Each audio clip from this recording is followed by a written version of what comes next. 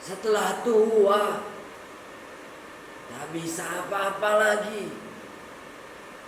Duduk tercenung menatap bulan dari kejauhan. Hisap tembakau, lalu membuka jendela setiap pagi. Tiba senja, lalu saya hirup udara. Itulah saya.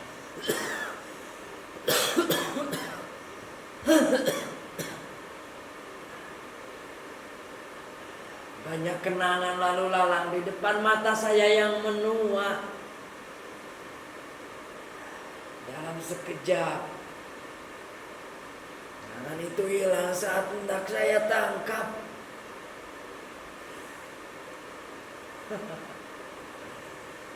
Geli rasanya.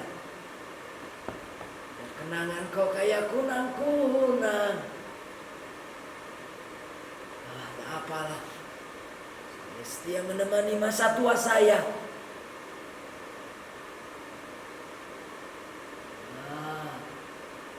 Ayo, berbangunlah manis.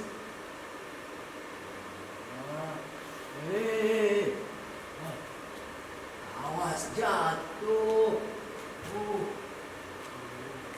Awas jatuh. Begitulah.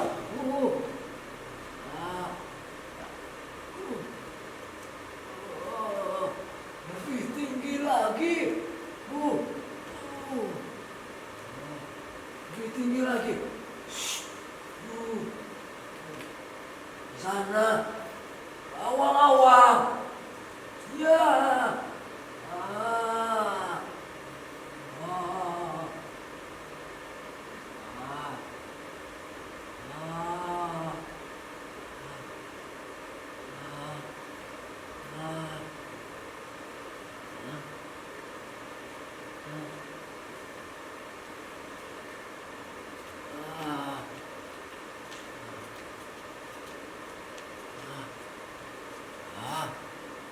Kalian lihat di atas kepala si tua ini. Berarti kubu-kubu ya.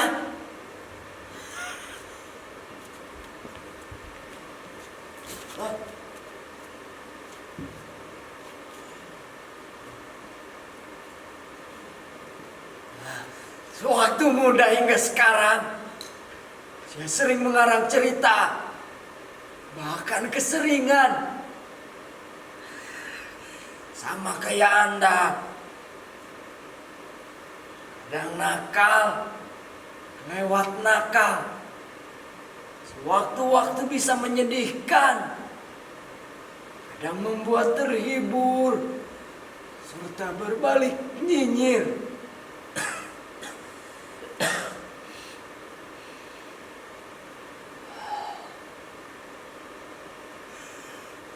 Saya teringat Pak Sodikin. Ia yang mengajarkan saya menulis di sekolah. Berdosa saya kiranya. Tolong. Kadang saya akui perbuatan itu konyol dan kekanak-kanakan. Pada saat itu, saya disuruh mengarang cerita. Lantas saya bercerita tentang seorang guru yang kacamatanya pecah.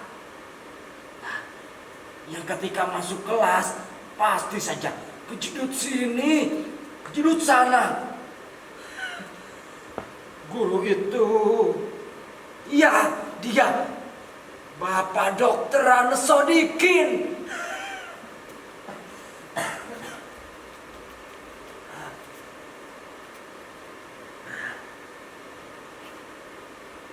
Itu memang ulah saya.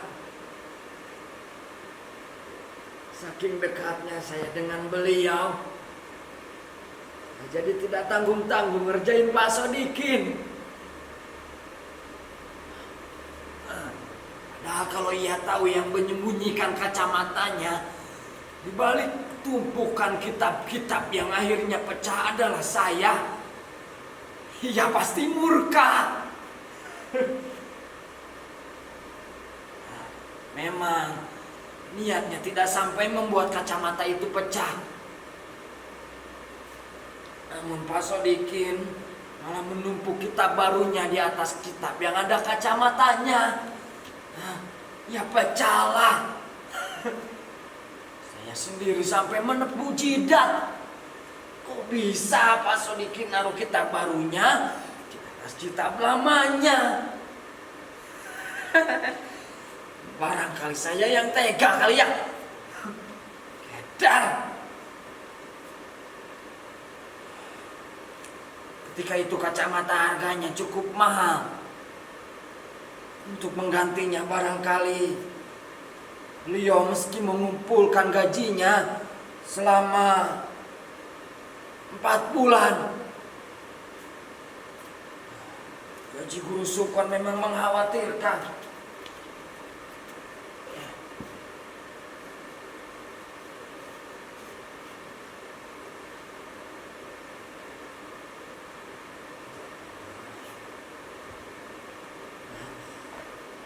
Bukan sikap kekanak-kanakan saya itu. Tapi kalau tidak demikian, itu saya rugi dan merasakan masa kekanak-kanakan. Tentu saya tidak bisa menjadi penulis.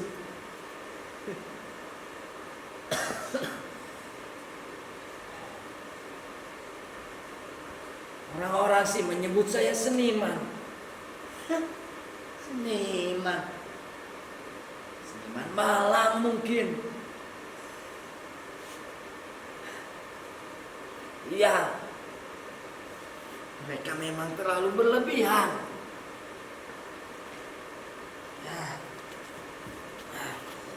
Di sini saya menulis semua itu, termasuk pengakuan saya kepada yang terhormat Dr. Anes Sodikin. Sampai beliau memiliki lagi kacamata barunya. Tapi sayang, Guru Sukon itu tak lama menikmati kacamata barunya. Ia mesti menghadap Maha Gusti dan tabrakan yang mengenaskan. Beliau meninggal di tempat saat akan mengambil SK pengangkatannya yang dijanjikan pemerintah.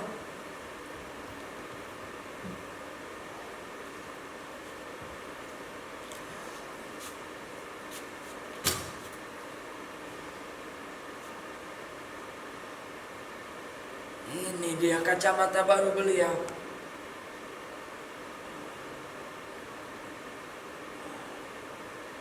Guru Sukon yang tak sempat memegang kertas pengangkatan. Kacamata ini diberikan istri beliau kepada aku. Sebab ia tahu hanya saya satu dari sekian muridnya yang paling dekat dengan beliau.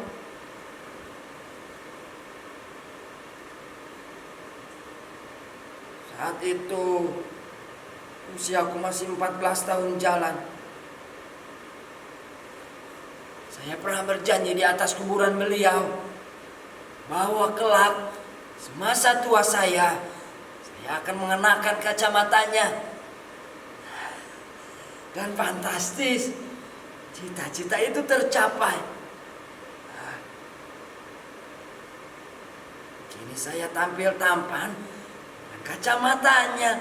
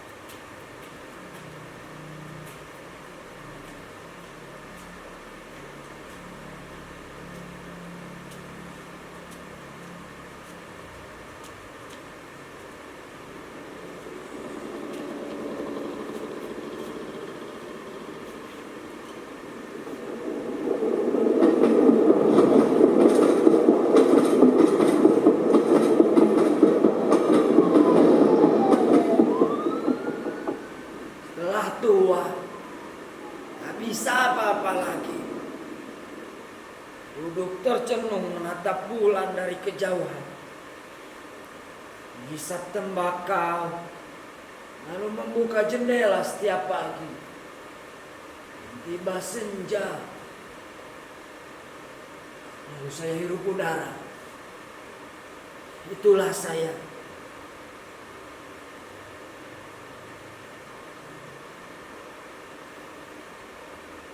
Nafsu mengarang saya tak lekang dimakan waktu. Setiap hari saya tuliskan apa saja yang datang pada saya. Kalimat-kalimat itu selalu mekar dengan sendirinya. Jarang membuat saya mengerutkan kening sendiri.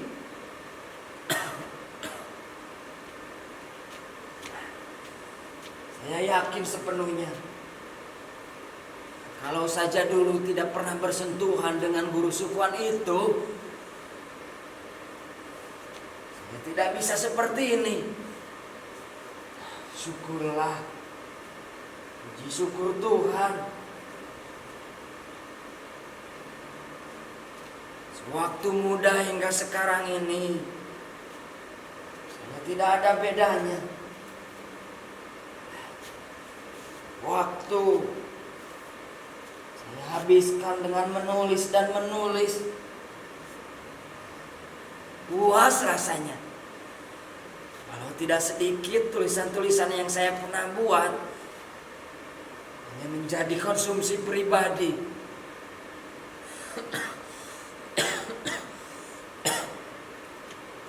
Hobi saya ini tambah berkobar. Ketika saya pinang Neng Rasti, anak sematawayang itu menjadi pelabuhan terakhir saya. Ialah yang selanjutnya dengan apik merapihkan dan mengumpulkan tulisan-tulisan saya yang sempat berserakan.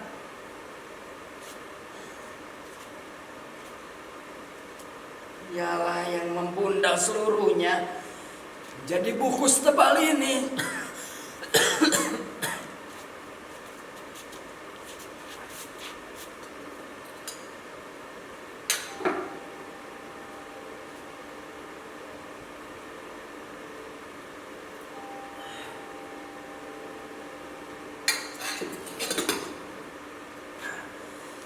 Senang rasanya mengenang kembali masa-masa yang berlalu.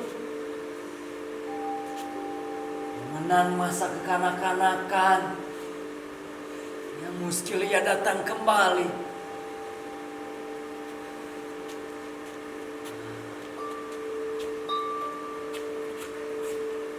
Mengenang menjadi pengantin baru. Mendiskusikan tentang nama untuk calon anak kami.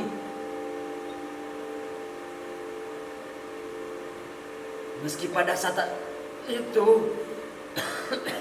perut istri saya masih kosong, tapi saya senang membincangkan masalah anak.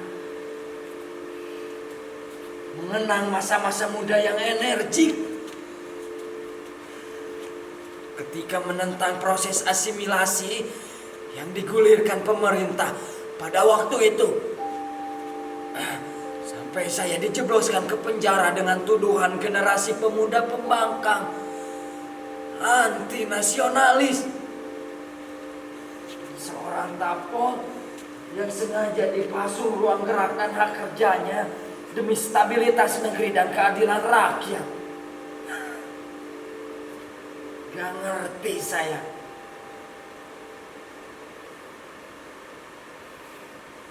Tiga tahun saya mendekam,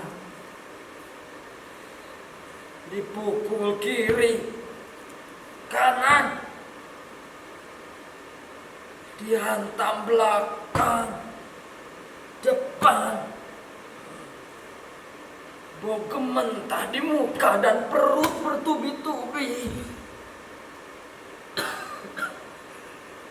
Hisap duluan sebelum dilempar ke ruang tahanan. Untung masih bisa bertahan juga.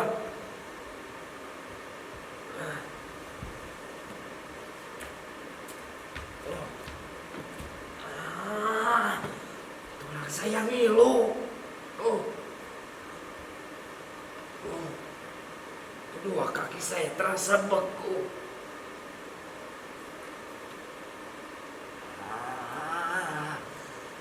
Masa ada banyak semut di paha.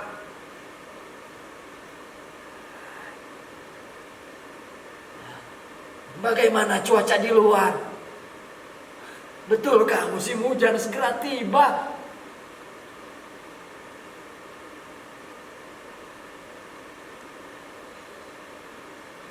Anda semua mencintai tanaman? Ros, anggrek, teratai, bougainville. Barangkali kuping gajah. Mereka bunga-bunga yang indah ya. Akan bagus nampaknya pekarangan kita jika dihiasi tanaman-tanaman seperti itu. Karena ada kupu-kupu dan serangga yang terbang lalu menghisap serbuk sarinya.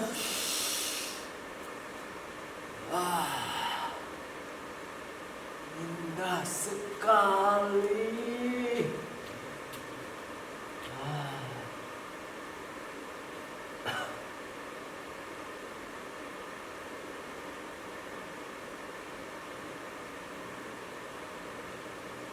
Ini saat yang tepat. Anda sudi datang kemari ketika saya telah menyendiri. Sendiri. Bertahun-tahun. Tahun-tahun mereka yang saya cintai tiada.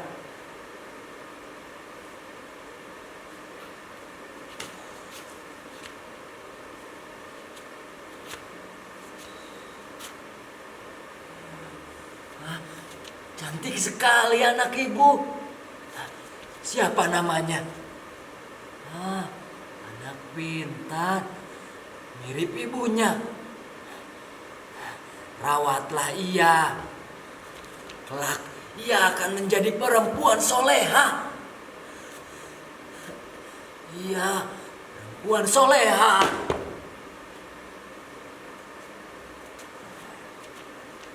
Waktu terlalu cepat bergulir. Tidak terasa saya sampai di jendela hari tua. Senja akan tiba. Senja segera tiba. Senja telah tiba. Saya hanya akan merasa muda kembali ketika membaca dan menimbang alur cerita yang lampau. Yang lain pun pasti demikian. Manusia tidak bisa hidup tanpa kenangan. Saya sadar setelah Nabi sedikit orang yang sampai pada usia 100-an. Meski demikian, saya tidak menyesali kehidupan yang saya telah lakoni. Kehidupan yang telah saya lakoni, saya cukup bangga pada diri saya sendiri. Dengan demikian, saya telah membanggakan Dia yang menciptakan saya.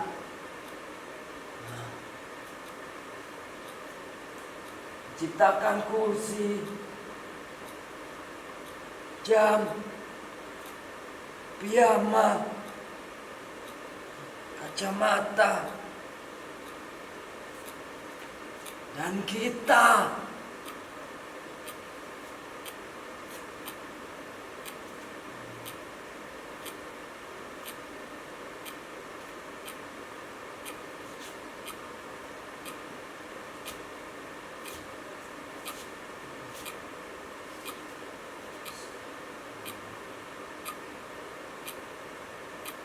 Wahai Tuhan yang saya punya, sebentar lagi saya tiba di stasiun manapun kelak saya perhentian saya. dalam gerbong kereta apapun, terima apa adanya.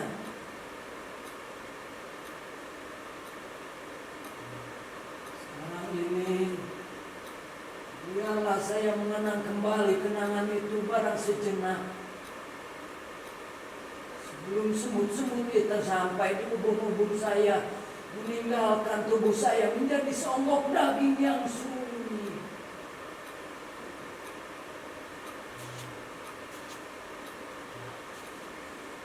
Biar akhirnya saya dapat lepas tersenyum.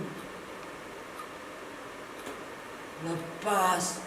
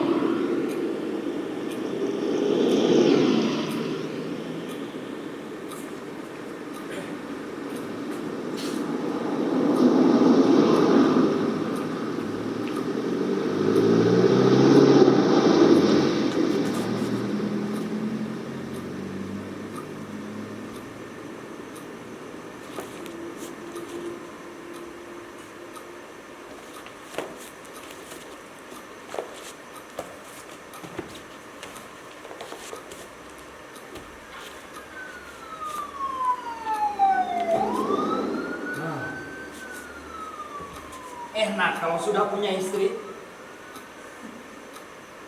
Terasa telah hidup di zaman paling canggih. Kopi saja tinggal.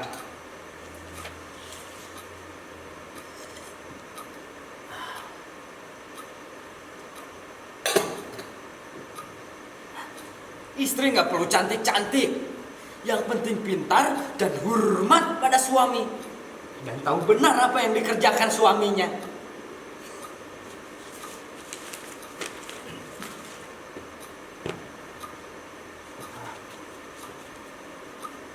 Bu, lihat rokok papa. Iya, sisa semalam. Betul, yang kretek itu. Oh, di atas apa? Iya, ya sudah. Sudah ada, Bu. Sedang apa Ibu di belakang? Yang keringnya. Tempenya digoreng kering saja. Tuh, baru saja saya mau mangap minta makan. Iya sedang masak. Ini sebenarnya kehidupan yang seimbang itu.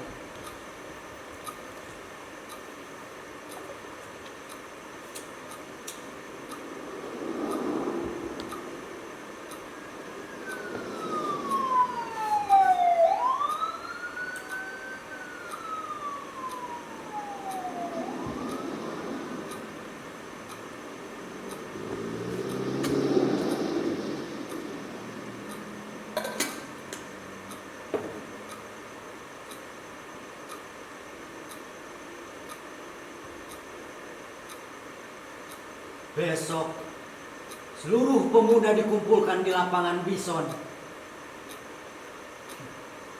Kan ada banyak militer berseragam yang lain yang akan disusuhkan pastinya.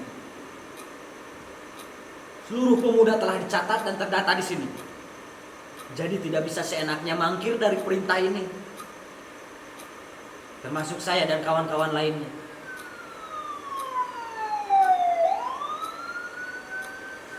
Tapi kali ini saya benar-benar akan mangkir. Mencoba melanggar aturan dan bersikap tegas untuk berkata tidak. Jika selamanya kita dicetak manut, mereka akan semena-mena menyitir kita seperti domba-domba busung dari pedalaman yang mudah digembalai. Sekali lagi kita bukanlah domba itu. Bukan pula generasi rumputan.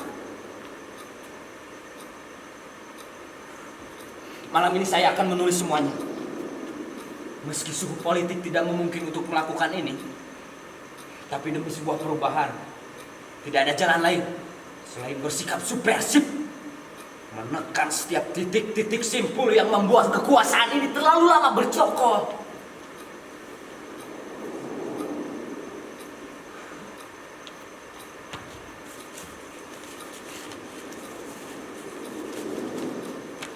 Esok saya tidak akan datang ke lapangan itu. Di teror-teror yang saya buat ini akan tersebar di sana sebelum presiden naik ke mimbar. Sebelum seluruh pemuda manggut-manggut terhadap upaya asimilasi yang ia tularkan.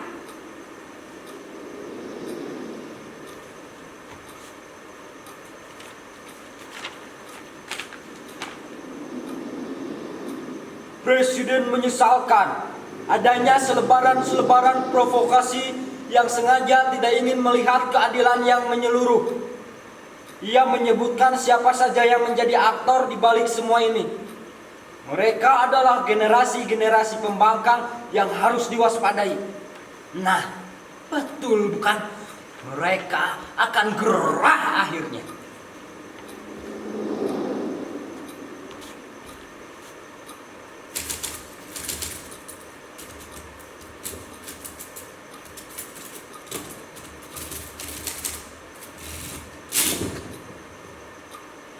Setiap hari saya melakukan hal demikian. Sebagian polisi, sebagian sipil, sebagian kaum tani mulai tergugah dengan kenyataan-kenyataan yang terjadi.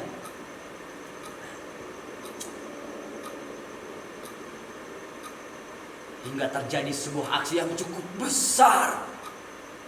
Militer tidak bisa berkelit sedikit pun. Selain melihat kenyataan jalan-jalan sesak dengan orang-orang yang mulai terbuka matanya.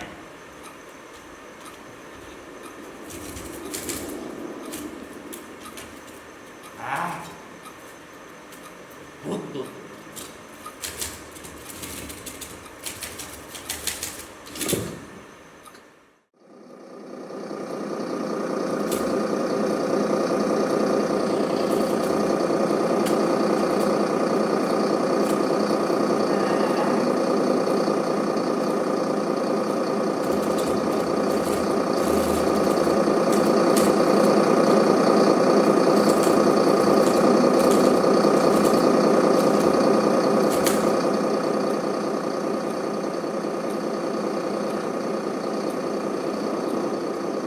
Mencium saya.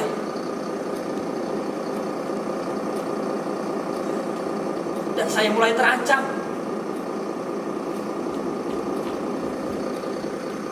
Mesti lari demi perjuangan.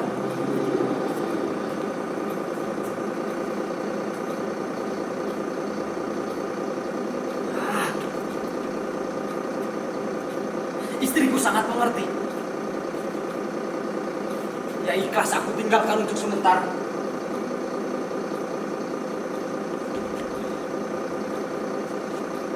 Di perutnya ada kandungan berusia 8 bulan.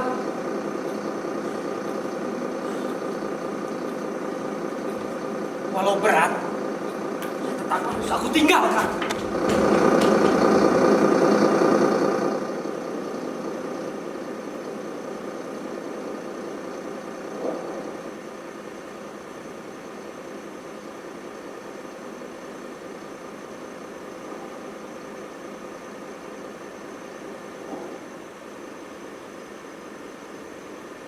Sebulan saya berada dalam persembunyian. Sesekali saya mendatangi istriku dengan menyamar. Dia masih kelihatan cantik dengan perut besarnya. Saya meyakinkan istriku bahwa perjuangan ini kelak juga demi kebaikan calon anakku. Tak sampai menahan air mata melihat ketabahannya. Apalagi saat ia mencium kening dan tanganku. Dari sana saya menyadari bahwa air mata bukanlah lambang kekalahan atau kecengengan. Ketulusan dan kekuatan dari dalam.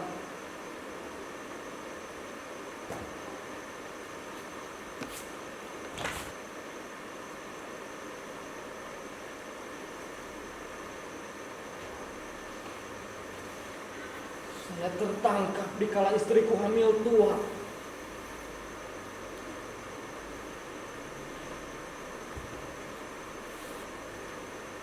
Hilang kesempatan saya untuk menemaninya di ruang persalinan.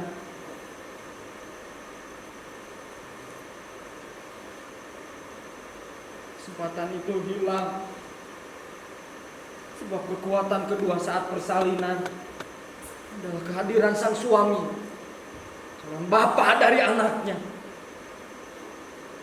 Hilang kesempatan itu buat saya. Semalaman tadi saya dihadiahi kogem mentah.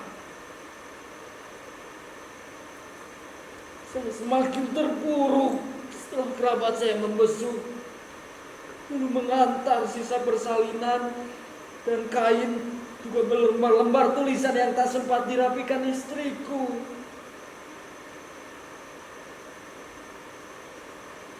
Ia mati setelah berjuang, dan aku mati sebelum berjuang.